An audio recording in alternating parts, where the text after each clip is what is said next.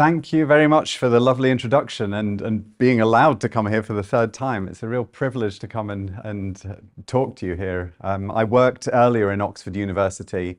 I think I left here about 2005, so it's very nice to walk around and all these old memories come back. So it's lovely to be here.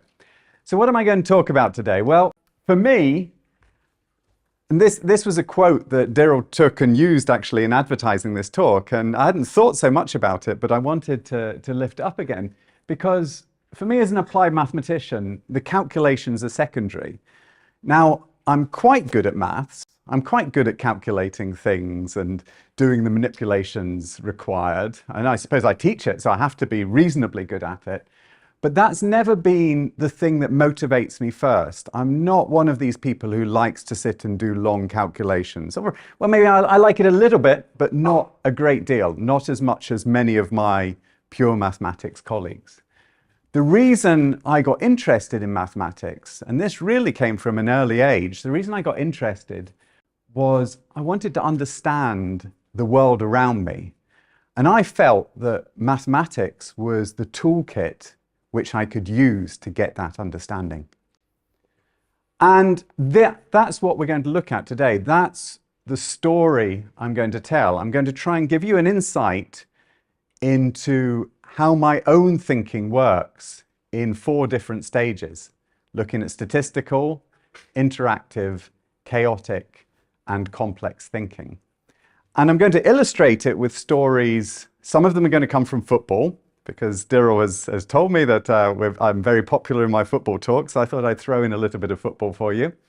Some of it is going to come from other parts of science. So I'm an active scientist working on a large range of different areas. And some of it also comes from my personal life.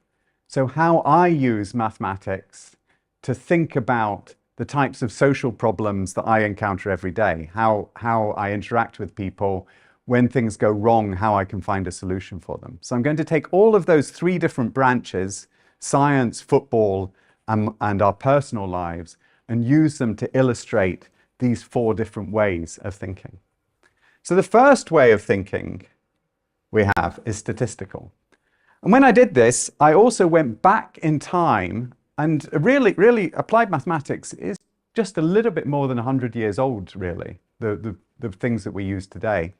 And so I went back in time and I started with various historical figures who built these things. And this is Ronald Fisher. This is him in 1912 when he was a student at Cambridge University.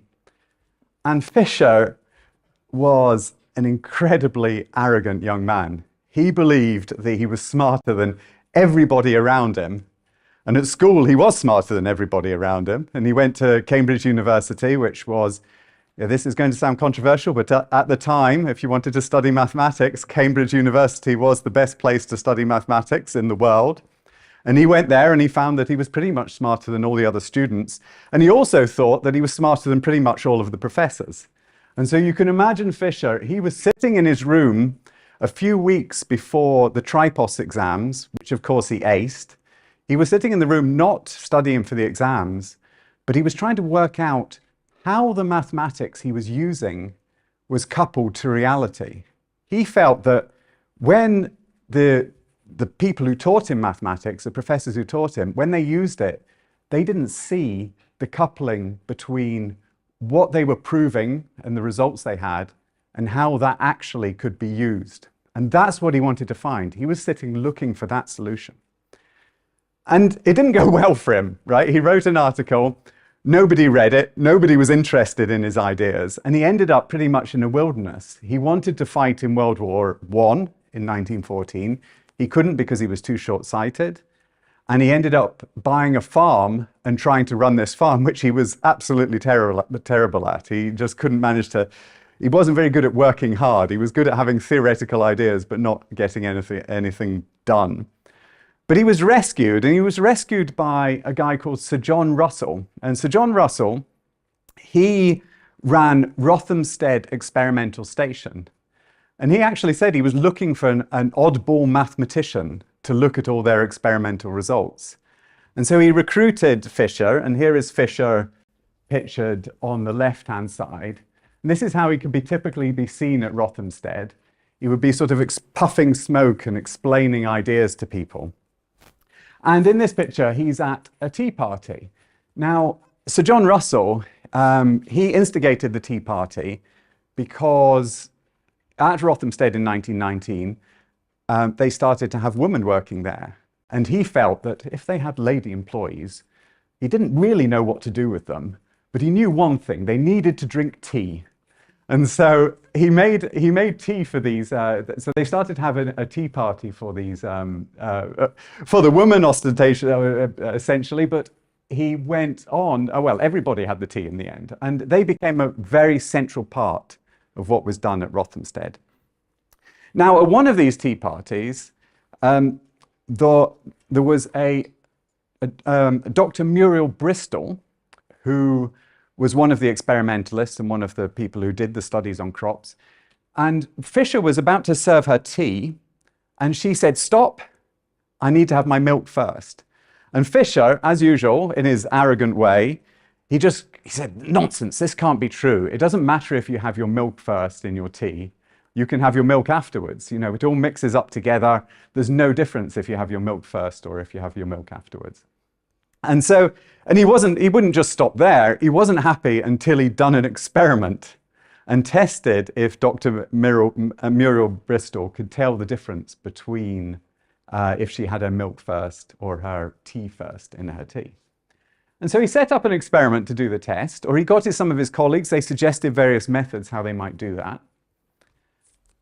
And I'm now going to ask you, actually. So we want to test if Dr. Muriel Bristol can tell the difference between if the milk goes into her tea first or if the tea is put in before the milk. And I'm going to allow you to consider 3 different ways, or 2 different ways plus another alternative for doing this test. So the first is to offer her a pairwise challenge. We offer her a milk cup and a non-milk cup. And then we maybe randomize these in different ways, and we have 4 tests for her. The other one is we present her with a tray with milk and non-milk tea on the tray, and we ask her to identify the ones that were milk first and the ones that were not milk first. Okay, so hands up who thinks that the pairwise test is the best way to do this. We've got a few people at the back. Hands up who thinks that the milk first, tea first tray is the best.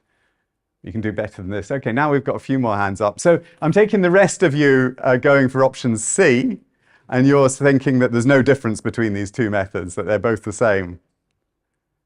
Okay, so I'm not sure if that's... Okay, hands up if you do think there's no difference between the 2 methods. I think we've got a little bit of a majority there for option B. Okay, so let's have a look at this. And this is the working that, that Fisher did. So if you've got a pairwise challenge, option A, when you're setting up the experiment, and this is key to how Fisher was thinking, when you're setting up the experiment, you have 16 different ways you can organize the cups. So the black circle there is tea first, the white circle is milk first, and you have 4 different pairs, and there's 16 different ways of arranging those pairs. So that's 2 to the power of 4 is 16, and the probability, and this is the key here, the probability that Muriel Bristol gets this right is 1 in 16. She has to, in order to get them all right, well, if she can't tell the difference, the probability she gets them all right is 1 in 16. Now, if we do it option B, the one that you liked, and this is going to prove to be the better choice, there are 8 places to put out the first cup, 7 places for the second cup. These are the milk cups. 6 places for the third cup, and 5 places for the fourth cup. And you've put them out at random, and then you fill up with these would be the milk ones, then you fill up with the non-milk ones. And then you can also think of the ordering of the cups. There's 4 times, 3 times, 2 times, 1 ways to do it. And using combinatorics, you can find out, well, there's 70 ways of placing the cups. And if you don't believe the math, you can sit and write them all out. And I got a little, yeah, I told you I don't like calculating. So I got a little bit bored before I wrote all of the different ways you can arrange the cups out, but you can arrange them in these different ways. And so if Muriel Bristol can't tell the difference, the probability of getting all 4 right is now only 1 in 70. So this test is the better way to do it.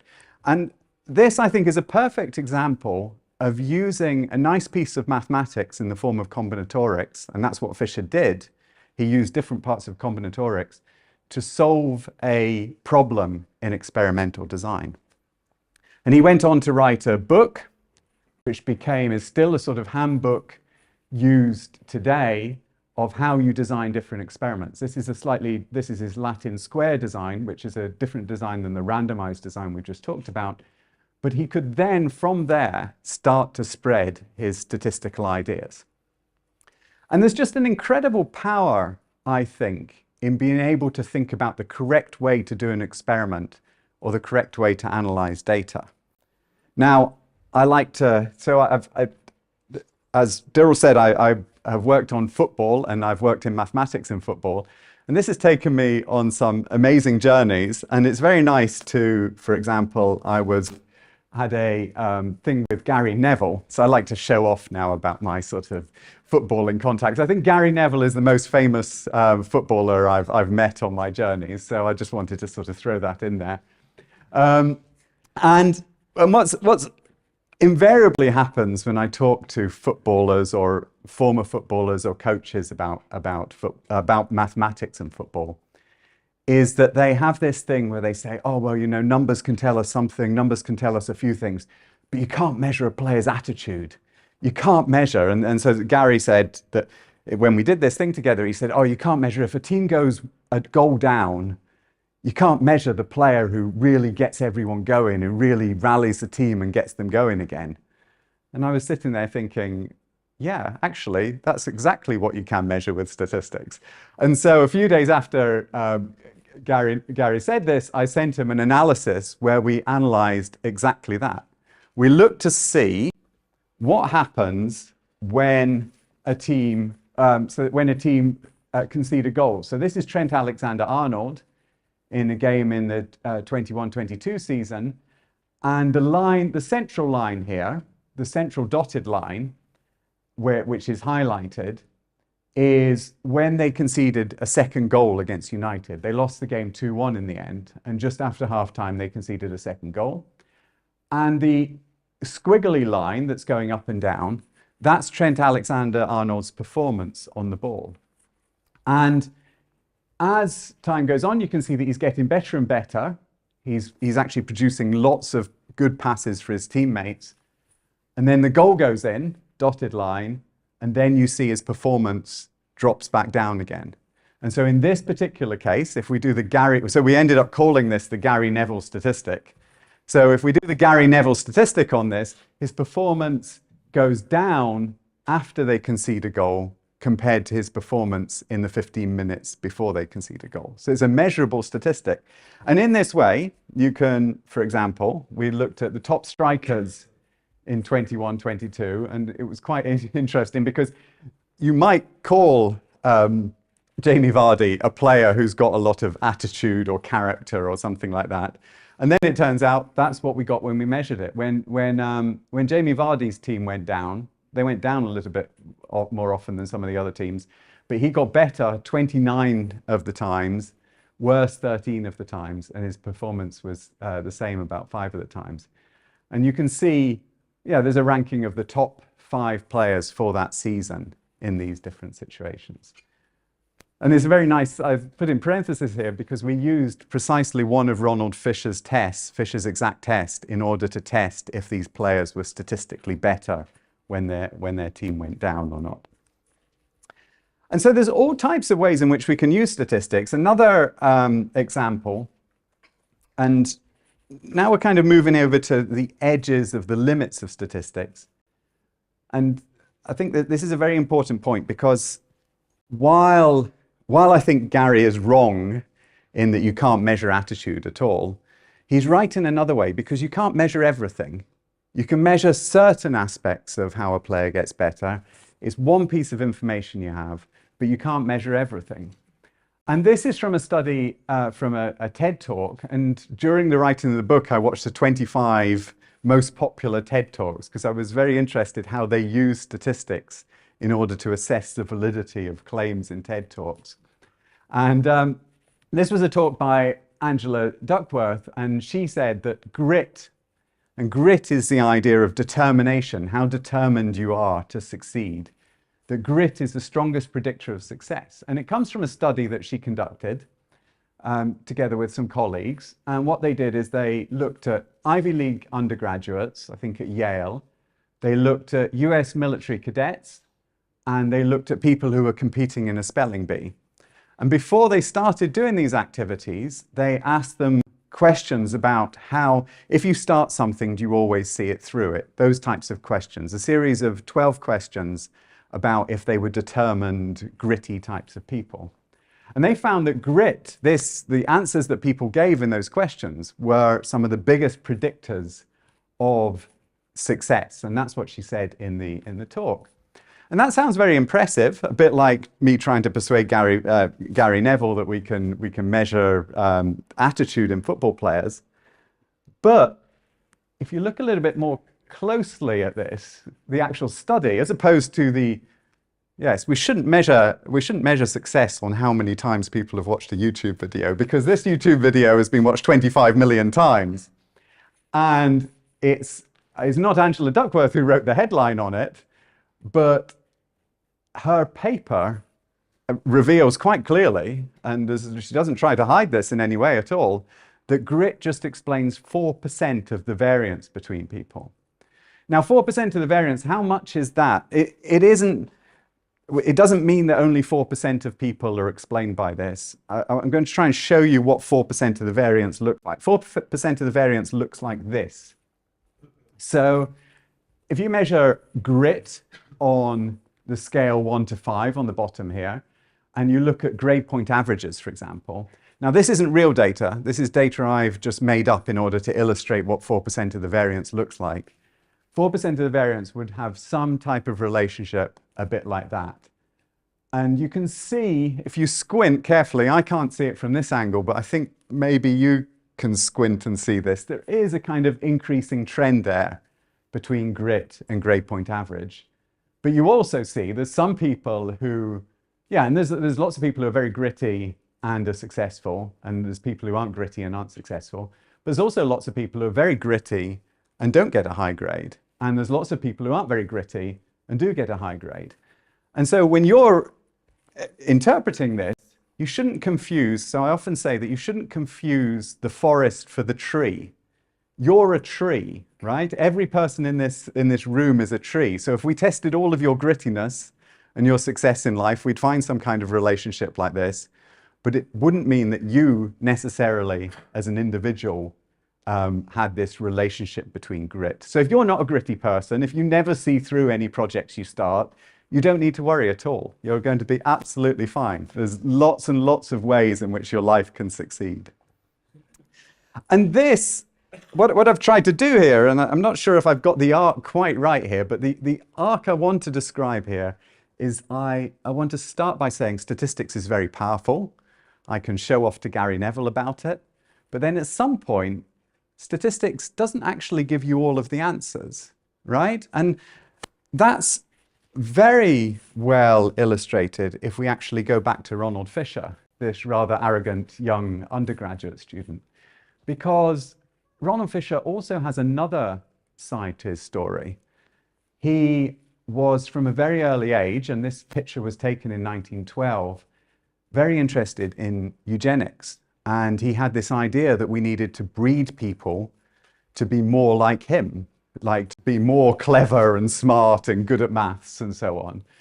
And he campaigned all the way up to the war. I think after the war he kept more quiet about this. But all the way up to the war, he campaigned for example, sterilizing people who were considered feeble-minded. And this is of course horrible. And I mean, it's a horrible thing to think about, but not only is it like morally repugnant, it's also scientifically wrong. They couldn't find any kind of gene for feeble-mindedness. There is no correlation between, or there's a very weak correlation or no correlation at all between feeble-mindedness in one generation in mothers and in their daughters. So this was a relationship that was scientifically dubious, that he continued to press forward.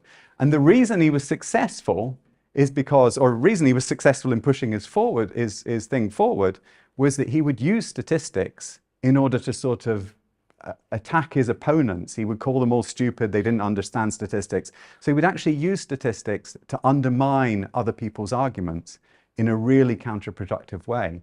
He took a fake theory and then used statistics to defend it. And he didn't just do this once. After the war, when he'd given up on eugenics, or at least stopped talking about it, he then did the same thing on smoking. So as we saw in the first picture, he was a very keen smoker. And to him, there was just no possibility that smoking could cause cancer. And so he spent a lot of time investigating very narrow areas of science, doing a statistics on that, and trying to convince people that smoking didn't cause cancer. And I don't know the effect that this research had, but certainly you've got one of the leading statisticians in the world who's defending this position for a long, long time. And that illustrates a lot of why statistics is a limited approach. So I've written down a few sort of bullet points here. So statistical thinking doesn't provide all the answers. One problem is, and I didn't really get into this, but I mean, what a dick he is, right? I mean, why do you need to test if she, can tell the difference between the milk first? Everyone was very happy. They were all just enjoying their tea party, and suddenly he's doing a statistical test. I mean, yeah, he's an idiot. So that's one thing. And I really think, we joke about that, but we see it at work all the time, always being told that there should be statistical tests and metrics made about us and things like that. And we don't need as much quantification as we have. Then there's the effect size thing. We sometimes talk about statistical significance. You can have statistical significance, but still have a very small effect size. And that's the confusing the tree in the forest. Many non-gritty individuals are successful in life. Context is always important. So just because a player is more active when their team goes a goal down does not imply the team plays better. Just because Ronaldo demands that everyone gives him the ball when they go a goal down, or Jamie Vardy demands that he gets the ball, that doesn't mean that the team actually does better as a result of that. So it's very important to think about the context of these types of things. And then, as we all know, correlation and causation, they're not the same thing. But that leads us to the next step. We need to think about ways to tease out causation. We want to be able to tease out our understanding of the world. One thing causes another. And it brings us very nicely on to interactive thinking. And that's the next step on from statistical thinking. And I have another hero. I can reassure you that this hero is not going to turn out to be a raving racist who bullies all of his co-workers. So there are a few mathematicians who haven't done that in their lives, just a few of them, but they're around. And this is Alfred J. Lotka. And he was originally a chemist, and he started his, he was originally from Poland, but he did his undergraduate degree in Birmingham. And I really like his story because he started working in this chemistry lab, and he was kind of disappointed with what he saw when he was doing his experiments. I mean, it's a long time since I did chemistry at school, but it can be a little bit disappointed. You get the acid and the alkali, you mix them together, and there's some salt and water. It's not always the most exciting thing you've ever seen. And so he'd see these stable reactions just come to equilibrium. But in the evening, he was reading all of these books, like Charles Darwin's book, and he was thinking about biology and just all of the exciting patterns we see, all the motion and movement of animals, all the firing of our brains, everything that happens in society. And he was thinking, why can't chemistry produce anything like that? I mean, we know that chemistry must be the underlying building block of it, but it's not something we see. We can't make that relationship together. And the way he solved the problem was he basically cheated. And he did the following thing. So we've all done this in school. we've balanced equations, right? We've balanced reactions. And if you've got we've got 4 hydrogen atoms, 2 oxygen atoms, and they react to make 2 water molecules. So that's a standard chemical reaction. And the important point here is that this is balanced. So there's 4 hydrogens and 2 oxygens on the left, and there's 4 hydrogens and 2 oxygens on the right. But what Lotka said is, well, I'll just forget about that balance thing. Even though I can't find a chemical reaction that is unbalanced, I'll just think in my head, I'll do a thought experiment, and this is where it's lovely with mathematics. I'll do a thought experiment where I ignore the fact that I can't balance my reactions. And so he wrote down these equations. He said that imagine an R that becomes 2 R's, and imagine an R plus an F which becomes 2 F's. And you can see that these aren't balanced. There's 1 R on the left-hand side of the first one, 2 R's on the right. Yeah, you can see that they're just not balanced. And I've written down here below the way you can think about these things are rabbits and foxes. So, and they're not, it's not a realistic model of rabbits and foxes. You've got to think of the idea of one little rabbit hopping around and suddenly there's 2 little rabbits hopping around. We know it's a little bit more complicated than that. But we'll start with that idea, and then a fox comes and it eats a rabbit and then it makes another fox. That's what the model says. It gives a rough idea of how ecological interactions work. And he took that and he wrote down differential equations. I wanted to put in a few of these equations here to give you a feeling for how they work. The equations on the left here, one of them, I'm not going to get you to understand every detail of the equation, but what I want to give you a feeling for is on the left is the rate of change of the rabbits and the foxes. So dr by dt is the rate of change of the rabbits, df by dt is the rate of change of the foxes. And on the right are the things which cause that change. So I mentioned here that we want to get causation into our equations. So on the right are the things which cause that change. And rabbits increase when there's lots of other rabbits. They have lots of little bunny rabbits. And then they are eaten by the foxes. So the more F they are, if we look at this BRF term, that's the rate at which the rabbits are eaten by the foxes. And then when we come down, we have the opposite relationship for the foxes. The foxes grow when there's more rabbits, and then they eventually die off of old age. There's nothing which hunts the foxes in this scenario. Now, again, I'm not going to solve all of these equations, but I did want to mention a little bit about how you can think about them and understand them.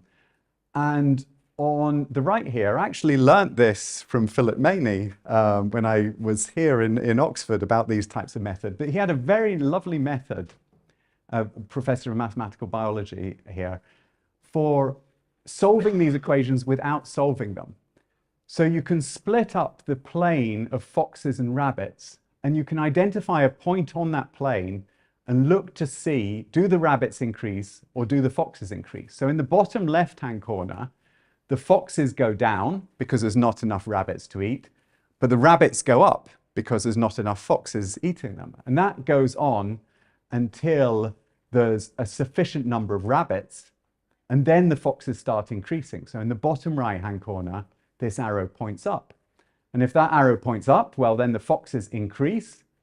And when the foxes increase, they start to eat the rabbits, and the rabbits go down. And you start to get this circling round and round of foxes and rabbits. And you can basically show this without explicitly solving the equations, that there's going to be cycles round and round of these foxes and rabbits. We're going to get this interesting interaction. And if we look at it over time, we have these periodic oscillations of the foxes and the rabbits. Now, this whole way of thinking, which Lotka introduced, turned out to be useful in all sorts of situations. Now, the one thing we try not to mention, but can't be unmentioned in any mathematical modeling thing, we try not to mention this, but it's also used in pandemic modeling.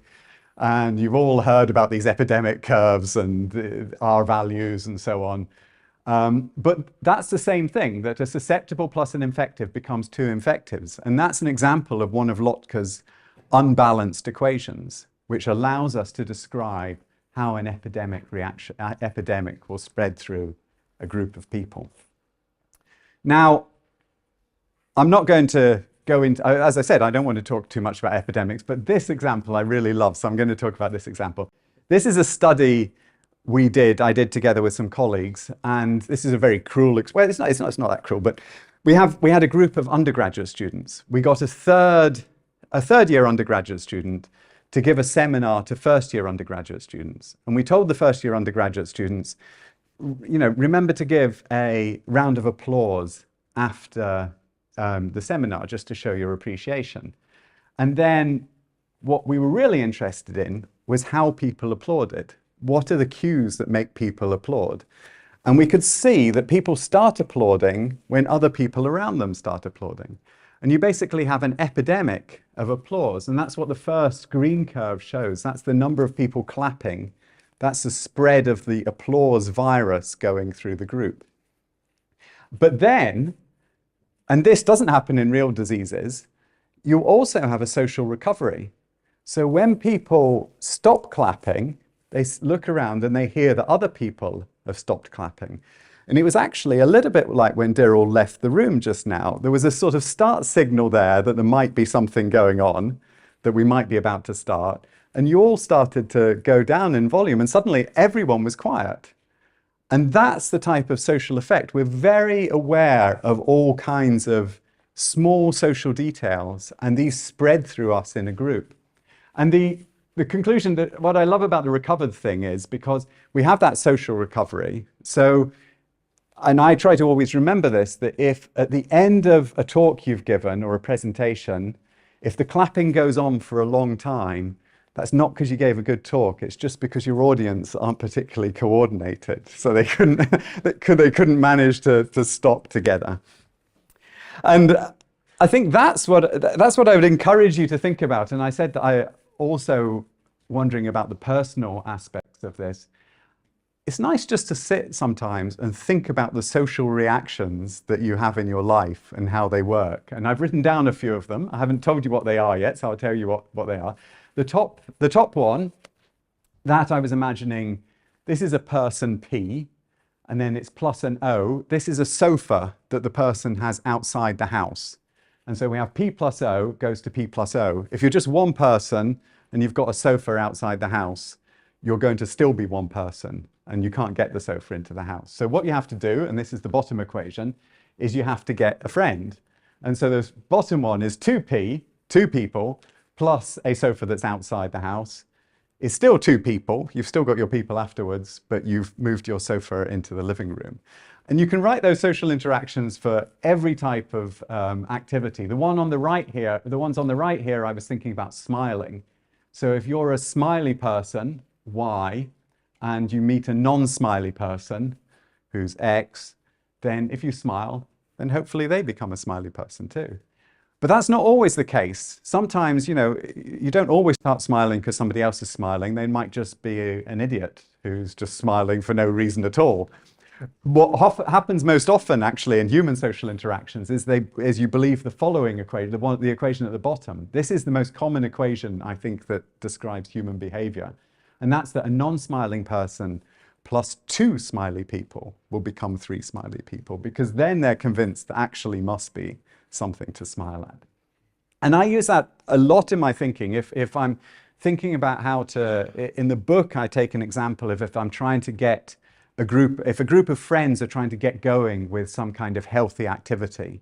Maybe they spend a lot of time sitting in the pub together, don't really go out and do any exercise together. It's not enough for one of them to become a Y to try and get them going. You have to have 2 of them, and they have to have a really sustained effort. And over time, then you get this tipping point effect where everybody starts to move over and starts to engage in the healthy activity.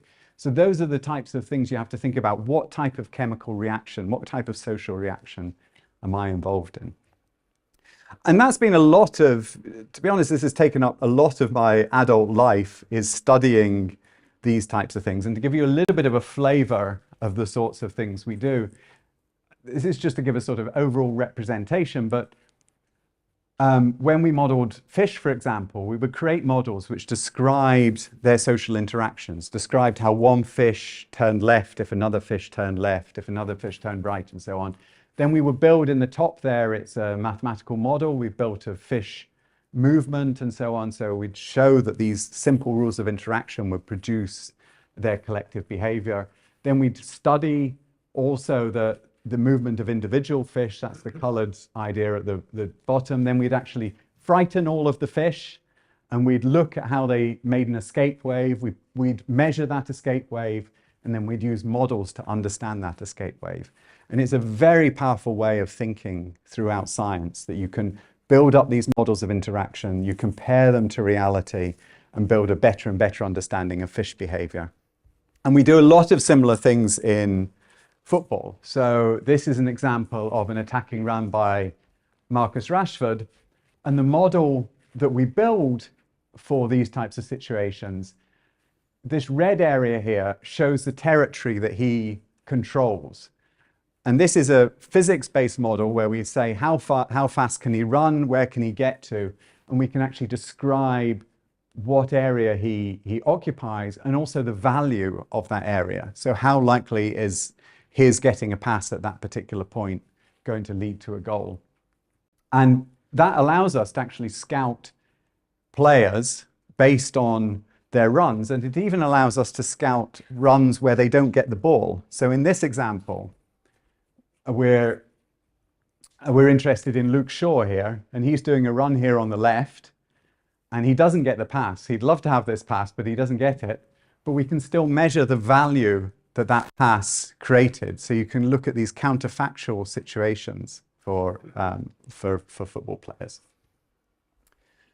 And this is a very powerful method. The interactive way of thinking allows us to build up our understanding of systems. It doesn't have the same kind of, I suppose the statistics has a sort of more of a grounding feeling to it. This, we use our imagination much more. We try to use our imagination to increase our understanding and then build mathematical models to test that understanding. Now, I wanted to go back to Lotka because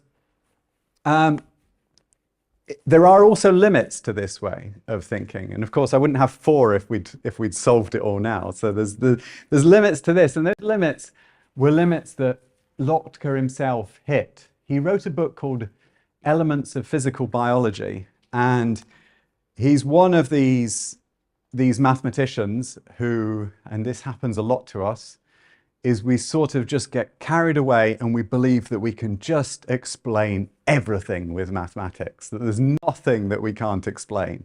And so he built models of consciousness, he built models of our whole society, and he believed that all of them could be understood using his reaction dynamics. And it really, yeah, he didn't, I mean, and this was, I suppose it was a very valiant effort. This is in 1922, he finished his magnus opus. So he didn't even have a computer or anything to simulate these types of models on.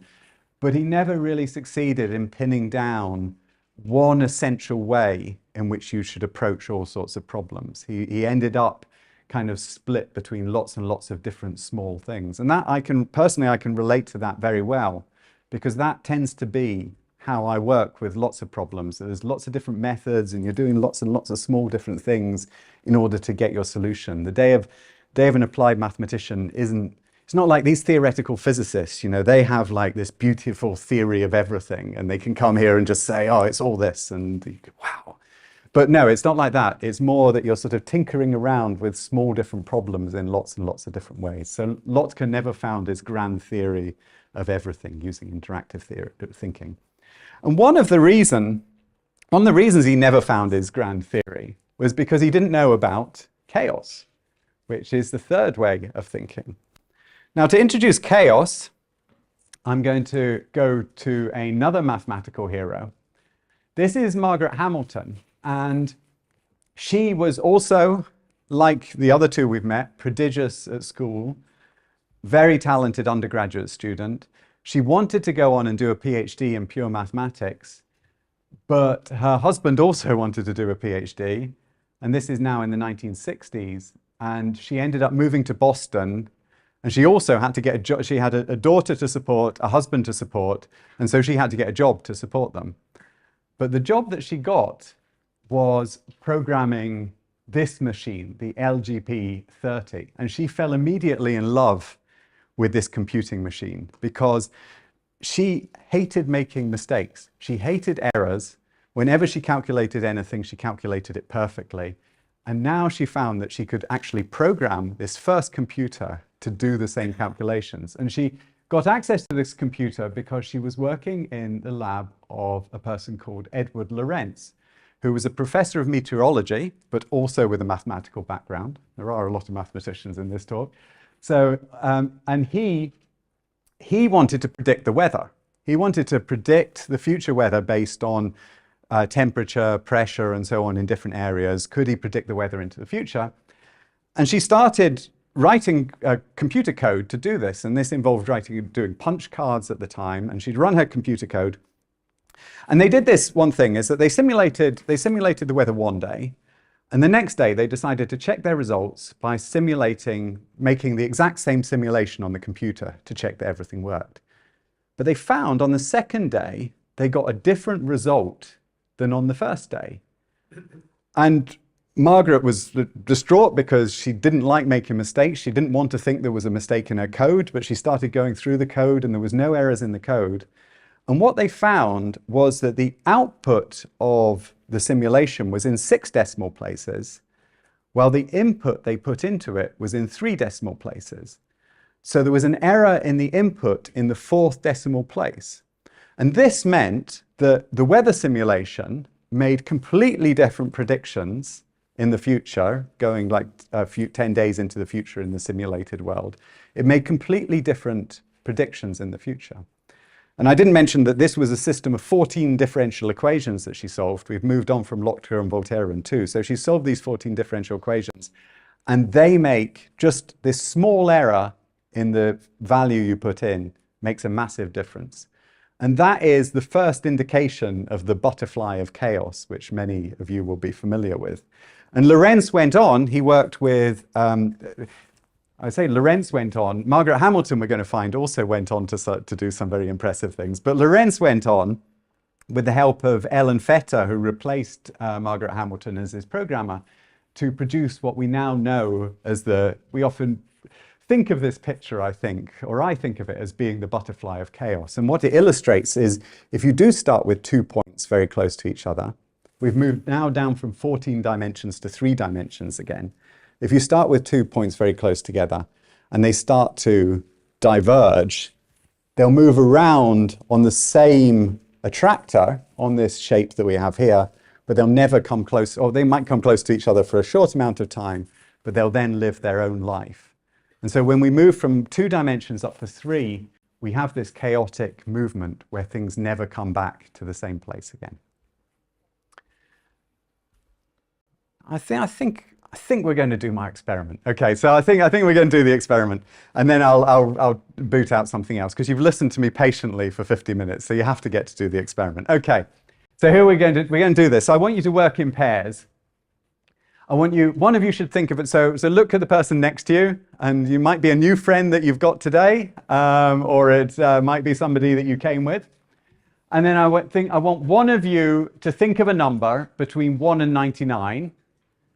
Then you tell that number to the other person, and the other person follows the following rules. So if the number is less than 50, double it, and this is the new number. I chose 42 because you can never have a math talk without 42 in it. So 42 times 2 is 84, and so that's all you do. You just double the number. Now, if the number is greater than 50, take it away from 100 and then double it to get the new number. So if I have 84, then I have 100 minus 84 is 16, times 2 is 32. Now say the new number to your partner, and they repeat step 1 and 2. So we'll do this with either with the person you came with or somebody who's nearby to you. We'll do this for about 2 minutes, and then we'll see where we get to.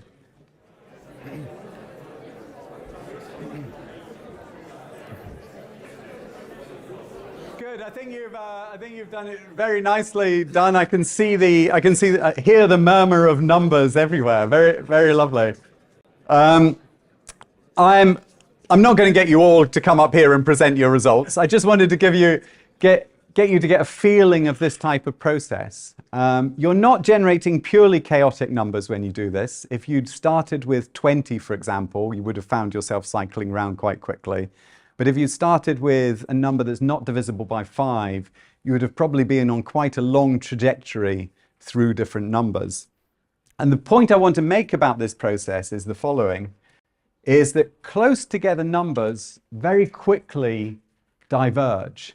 So if one group over there had started with 13 and another group over here had started with 14, by the end of just this short period where you got to say the numbers to each other, you would have been on very different numbers. So you have 13, 26, 52, 96, 8, 16, 32, 64. 14, 28. 28's not so far from 26. 56, 52, they're still together. 88, 96, they're starting to get away from each other. But the big jump is now, one of them sort of goes over the threshold and one of them doesn't. So you've got 8 and 24. 16, 48, and then you've got 32 and 96 and 64 and 8. So within a few steps, these numbers have diverged quite far from each other. I don't know if any of you took decimal numbers. You didn't think of that. But if you do take decimal numbers, then you get true chaos from this thing. For almost any real number you choose, you will get, if you take plus 0.1 in this case only, so this is 14.1 compared to 14.2, you start to, they're together for a few steps, but after about 7, 8, 9, 10, they go apart. They come a little bit together again for a while, but then they diverge, and you've got very different paths for those two numbers. And we often illustrate this using something called a cobweb diagram. So the idea here is you take the number from one step, the previous number might be around 20, for example, it will jump up to be around 40, then it will go to 80, then it will crash down to around 20 again, and then it will start to move around everywhere on this. And one of the reasons I wanted you to do this experiment is what I could hear from your perspective was a mumble of uniform distributed random numbers. You were essentially going through a lot of integers, and everywhere in the room there was a different point in this distribution. You basically had this uniform distribution of numbers that was sort of kind of coming up to me. And I think it's really lovely to think of that you're all doing the same process, you're all doing exactly the same thing, yet you kind of have this hum, this distribution, this background of very different numbers. And that is the butterfly of chaos. And for me, it illustrates, there's an important point here. I think chaos is wonderful. Margaret Hamilton, she hated chaos, right? And she left Lorenz's lab and she'd learned a valuable lesson from working on these weather simulations. And it was that she doubled down and made even fewer errors. And she wanted to work in the most extreme conditions possible where you couldn't make errors. And so she got a job for NASA and she became the head of the software engineering, which created the software that was on the Apollo moon mission. And so she created the software that the astronauts used to tell them how to do navigational decisions, to control the thrusters, to update, to know where the position of the ship was. And she was in the control room when they made the actual landing on the moon.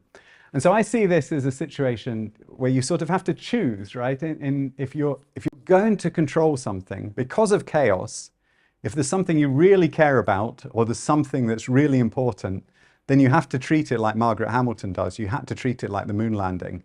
There's no error. There's no room for any type of error. But you can't have control over everything. So I often think about this in football because there's always going to be butterflies in other situations. So here, this isn't the uniform distribution as you generated, but it's the Poisson distribution.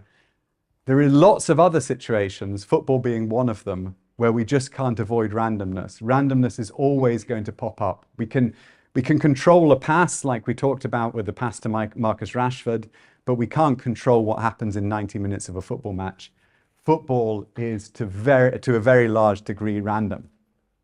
And I like to think about it like this. I like to think about it as the yin and yang theory of randomness. So yang is order, and on short time scales, things we really care about, we can control them and we can build models of them and we can understand them.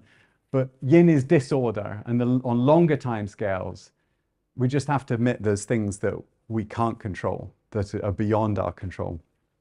And I actually found this personally very useful because my wife is a bit more order and I'm a little bit more chaos in many situations. And she wants to plan like what we're going to have for dinner every evening. She wants to plan quite a lot of details of how the week should look.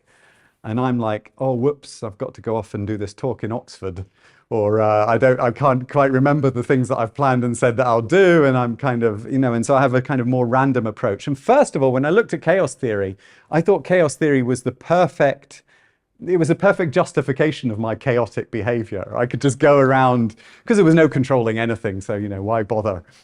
And I didn't explain this to my wife, obviously, but I thought a little bit about that. But then actually, when I heard about Margaret Hamilton, I understood it a little bit better. If there are things you really care about, then you make effort to control them. And my wife and I, we found more of that balance. And now I have discussed it a bit more with her, is that we make sure there are things that are important, like that we eat dinner together every evening.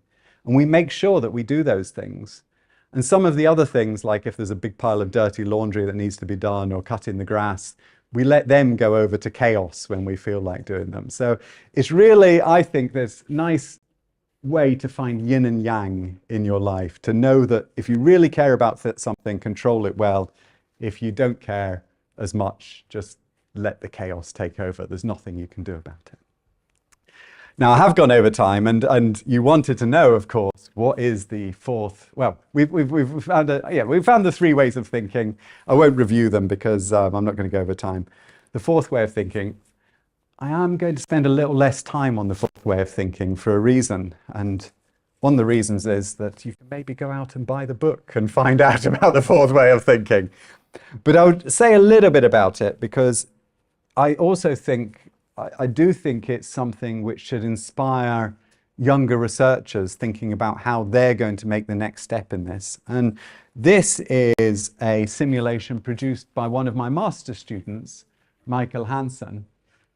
And maybe some of you will have heard about cellular automata models before. There's the game of life is the most famous one where there's interaction rules. And I gave my students a task to make up their own cellular automata that made the most complex pattern possible. And Michael came up with the following rules. He had the bone, the white cells, so they only interact with the cells nearby. So this is a 100 by 100 grid of cells, but the cells only interact nearby. And the rule for the white ones is that they become goo, which is dark blue, if less than 4 of their neighbors are bone, the white ones. Otherwise, they remain bone. And then the goo ones, the dark blue, these become fluid, which is the light blue, if less than 3 of their neighbors are bone. Otherwise, they remain goo. And then for fluid, which is the light blue one, these become bone if 2 or more of their neighbors are bone. Now, the exact details of the rules aren't important. What I think is amazing is that you just have these simple rules which describe how cells interact with each other, and suddenly they're creating these very splendid structures. And the reason I called the white ones bone is that they stretch out and they kind of form this skeleton.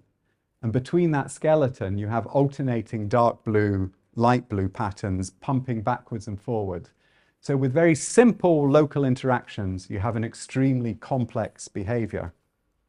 And another example of this, and this is something you can find on Twitter. This has become a competition. So these are all computer graphics, and every one of those computer graphics is produced with code that is a Twitter length piece of code. So that means it has to be 240 characters long.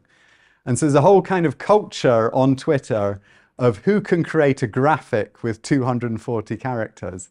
And each one of these you can use fractals, of course, and you use shading, and you can create these kind of movies of they look like trees, look like flowers. Yeah, it seems like a lot of these things look like goo, and then you have some sort of flowery thing there as well. just by a very short code. And that brings us to who is the hero of the last part of the book, the scientist who's the hero of the last part of the book. And that's Kolmogorov, because he defined complexity, or he didn't define complexity as such, but he said a pattern is as complex as the length of the shortest description that can be used to produce it. And I find that a very useful way for thinking about science and thinking about how we understand the world. If we can find a way of describing something that doesn't lose the detail, doesn't lose the nuance, but captures it, then we can start to actually capture complexity. And so that's the thought I want to leave you on. And thank you for being patient with me. Thanks.